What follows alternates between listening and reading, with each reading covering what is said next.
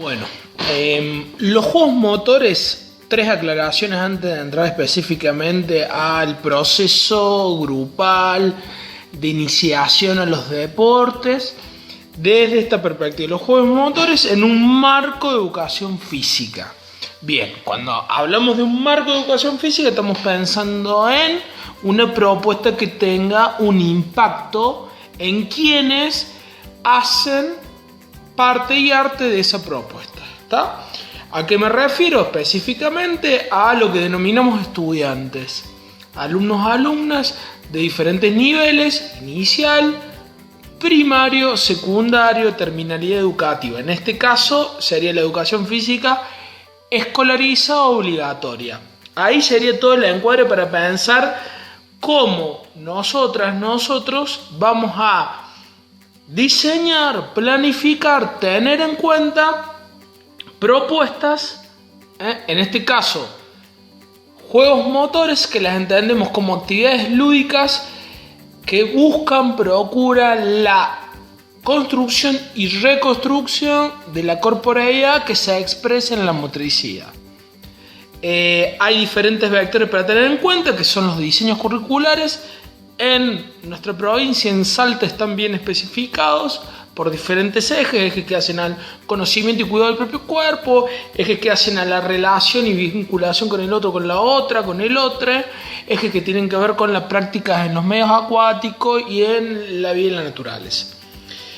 Bien, entonces, específicamente pensar en juegos motores que busquen, que procuren ser parte de una iniciación, de un proceso de iniciación en niños y niñas, en este caso, específicamente en el periodo de culminación de la educación primaria, que puedan acceder a una serie de prácticas que le van a posibilitar construir una muy buena base de sustentación, que después van a ir decantando en diferentes prácticas deportivas que puedan ser más disciplinares.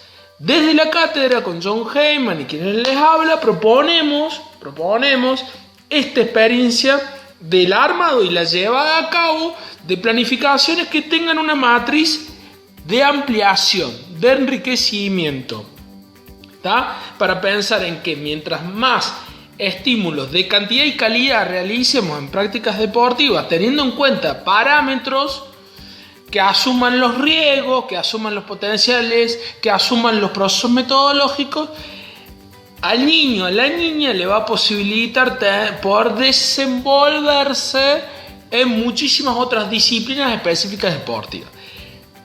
Tenemos en cuenta de esta manera que hay diferentes ejes: iniciación a los deportes colectivos, iniciación a los deportes urbanos, iniciación a los deportes adaptados, iniciación a los deportes con elemento extracorporal, iniciación a los deportes alternativos, y así.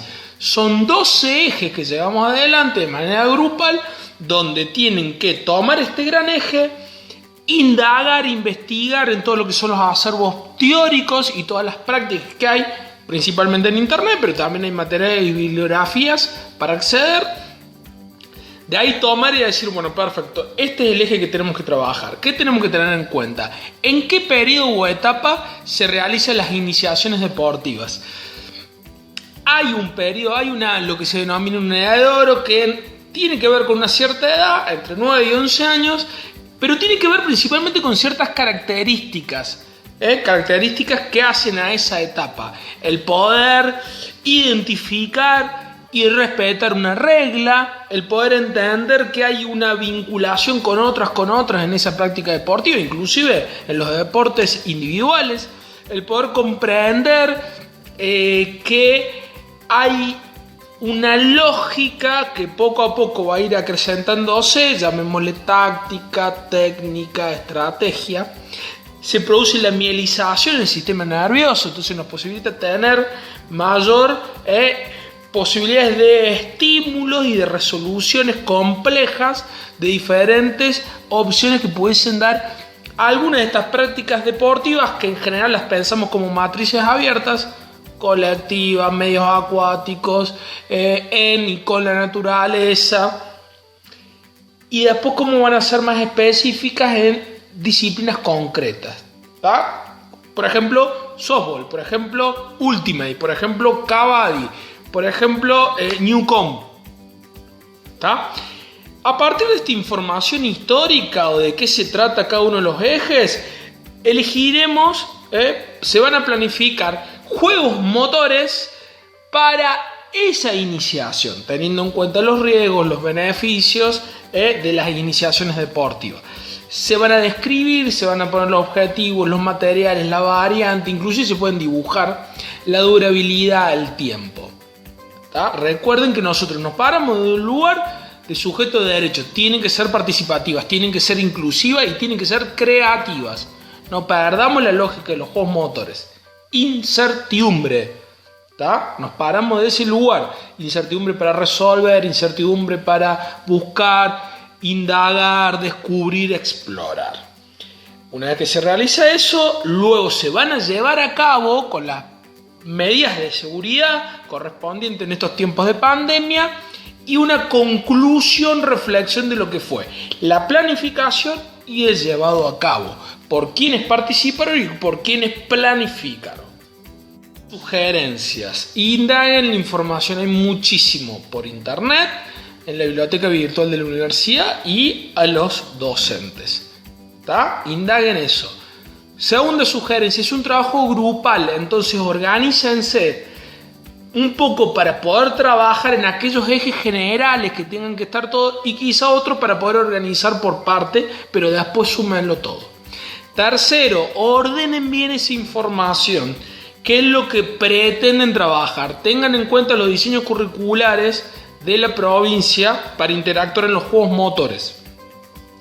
Imagínense llevando a cabo estos de 3 a 6 juegos motores para trabajar, supongamos, los deportes alternativos.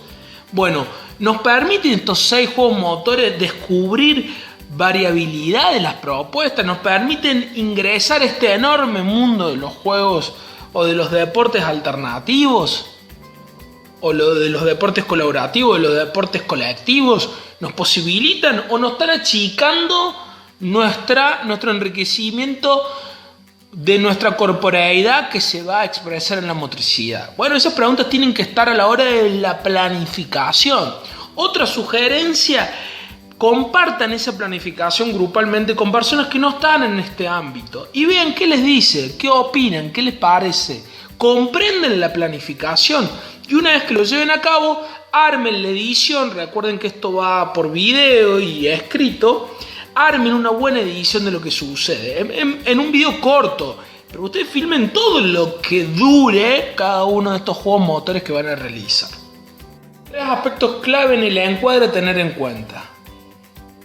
De alguna manera en las clases de educación física se tiende a normalizar ciertas prácticas de juegos motores, la cual hacen perder la creatividad, la variabilidad.